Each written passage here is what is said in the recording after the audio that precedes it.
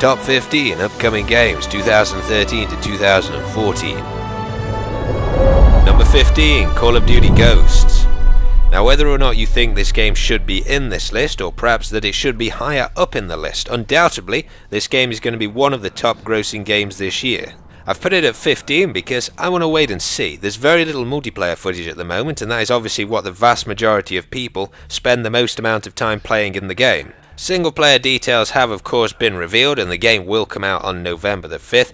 The US apparently is no longer a superpower, and you're part of a band of elite soldiers called Ghosts. Apparently one of those guys is in fact a dog, or you can control the dog, as you'll see in this clip here. Nice. Where'd the other one go? Number 14, Splinter Cell Blacklist.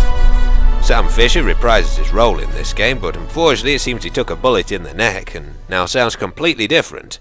Comes out August the 23rd, and the big selling point of this game is killing in motion, which basically means instead of just going stealthily one kill to another, you can now wipe out a whole troop of guys, one after the other, by marking like you could in Splinter Cell Conviction. Another cool little feature you may not have heard of is that if you're on the Xbox, you can call in Kinect voice distractions, which means you can shout and the guards in game will come over to where they heard the shout from instead of Sam Fisher's copyright whistle. As for the single player story, the Blacklist is a series of planned attacks on the USA, and instead of 3rd Echelon you've been upgraded to 4th Echelon, and you've got to stop these attacks. The multiplayer sees the return of the coveted Spy vs Merc mode, which compared to the NPC modes in Conviction etc. was incredibly good. Number 13, Dead Rising 3. As you can see, the fictional city of Los Perdidos has got something of a zombie problem, which you, Nick Ramos, are going to fix. Game comes out at some point in November this year and is an Xbox One exclusive. Some of the new things, which in this game but not in the previous, you can now craft on the run. The guy you're playing is a mechanic, so if you wanted to make yourself a broom saw and you find a broom and a saw, that's how you make one. You can just kneel down and get that job done. It is a completely open world city like Grand Theft Auto is, and you've got to escape it before a military strike on there, so the game gives you a lot more freedom on the next generation of consoles than the previous games did.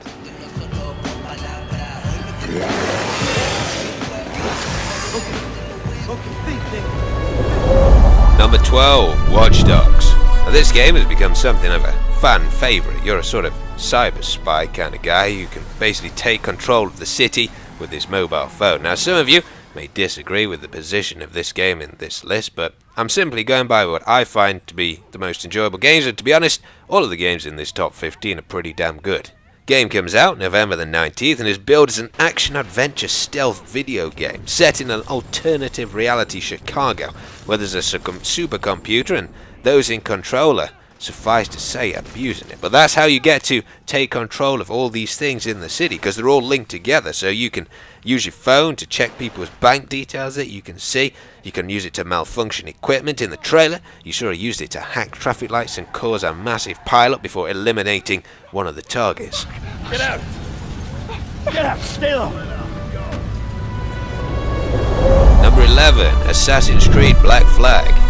So once again, you're a member of the Kenway family, and one who perhaps enjoys a little more unconventional fun than the rest. He's a pirate. Does that mean that we're now playing as the bad guy, or is he still the good guy, or I guess on October the 29th we find out.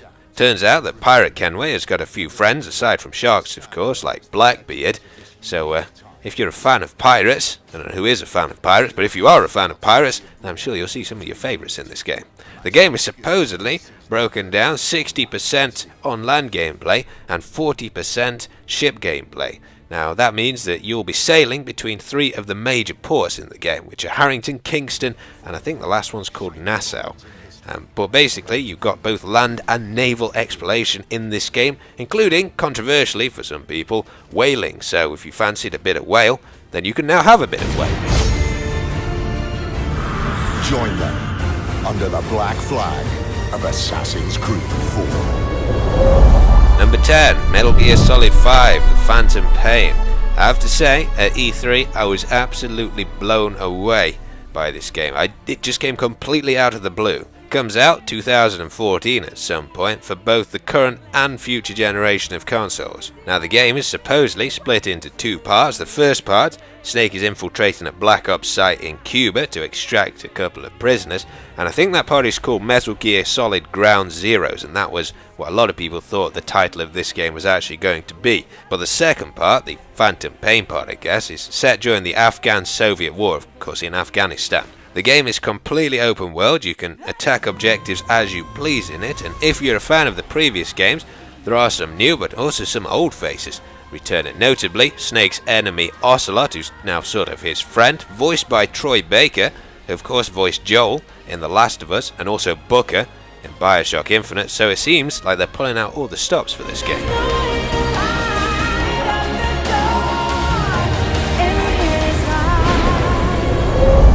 Number 9, DayZ Standalone. If you're unfamiliar with this game, it places you in an open world where you've got to survive the current zombie apocalypse with any other players that you find. The alpha of this game is coming out at some point in July and aims to improve on every aspect of the mod. The map's been extended 20% further to the north and the west, and there's new islands, including Utah's, out in the sea. 90% of the buildings are now enterable, most of the towns have been rearranged, there's a new crafting system, a totally new UI, even the map comes in several different parts that you have to piece together.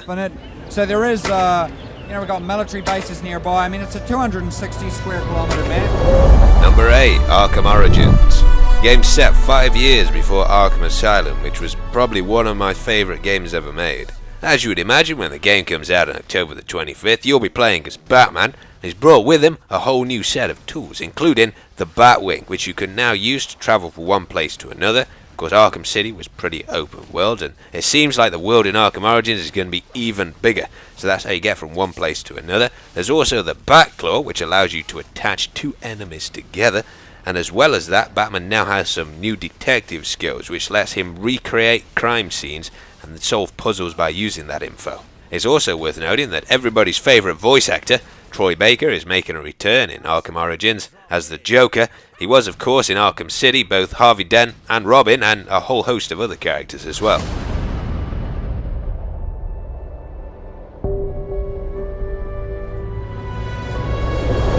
Number 7, Mirror's Edge 2.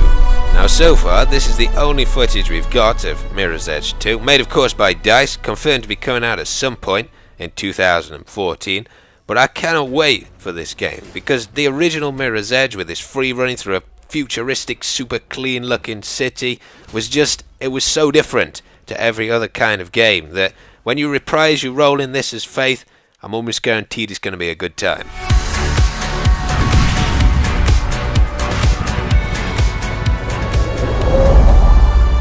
Number 6, The Division. This was probably the biggest shock for me, at least, at E3. Currently only coming out on the PlayStation 4 and the Xbox One, although they are considering a petition to get this on PC. It is an MMO third-person tactical shooter. The game is set in an immediately post-apocalyptic New York, where a disease has caused society to collapse. You play part of an elite team set to try and resolve this crisis. As with a lot of next-generation titles, this game features companion gaming, so if you've got a tablet, then you can use it to, say, fly around a little bot to check out different parts of the city and things like that without having to go in there with your character. Wow, yep. I'm gonna go in. Number 5, Titanfall. So this is the first release of Respawn Entertainment. The guys who left Infinity Ward set up their own company because they didn't like the direction of the Call of Duty series. The game is said to come out Q1 2014 for the Xbox One and PC. It's multiplayer only with single player elements, which is actually quite a good thing because that usually means the multiplayer is going to be very refined. As you can see, you can either play as free running pilots or inside agile mech walkers, so Colonel Quadrich, eat your heart out.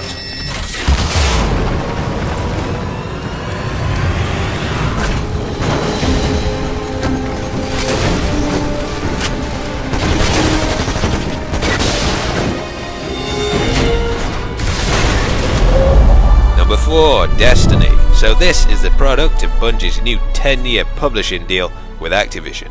You play 700 years in the future. Humans have branched out during what was called the Golden Age to planets in the solar system.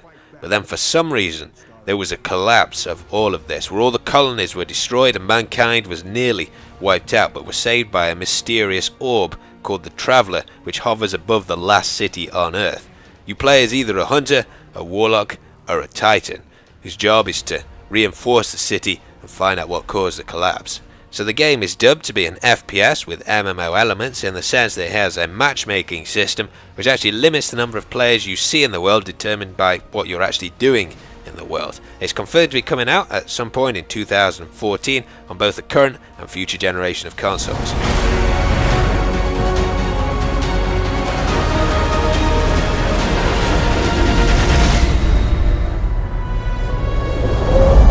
Number 3, Battlefield 4.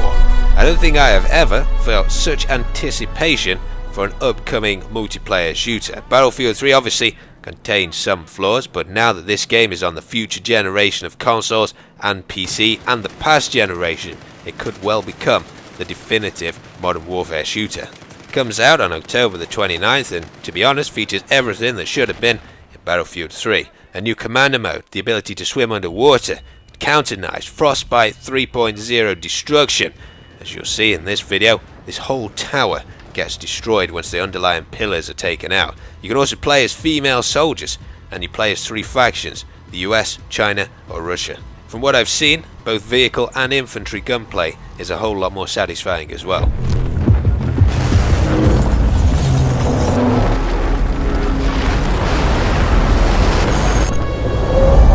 Number 2, GTA 5. Set in Los Santos, the world is now bigger than those of Red Dead Redemption, San Andreas and GTA 4 combined. Confirmed for release on the current generation of consoles on the 17th of September this year, it's not just a city anymore, there's beaches, mountains and a whole wilderness to explore. You play as either Michael, Trevor or Franklin, each of whom have their own abilities, and you can switch between them and work together at any point.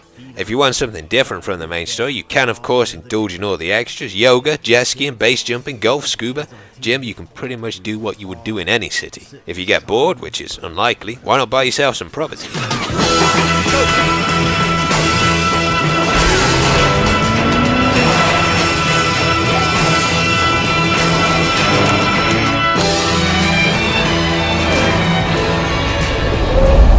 Number 1, Star Wars Battlefront 3. Now it may surprise you that this is at the top of my list, given that they've only shown this small cinematic, but I've been waiting for so long to get a decent Star Wars game, and I really think DICE can nail it this time. They've already said you can fly from the planetary surface all the way up into a space battle, so it looks like it could be incredibly good.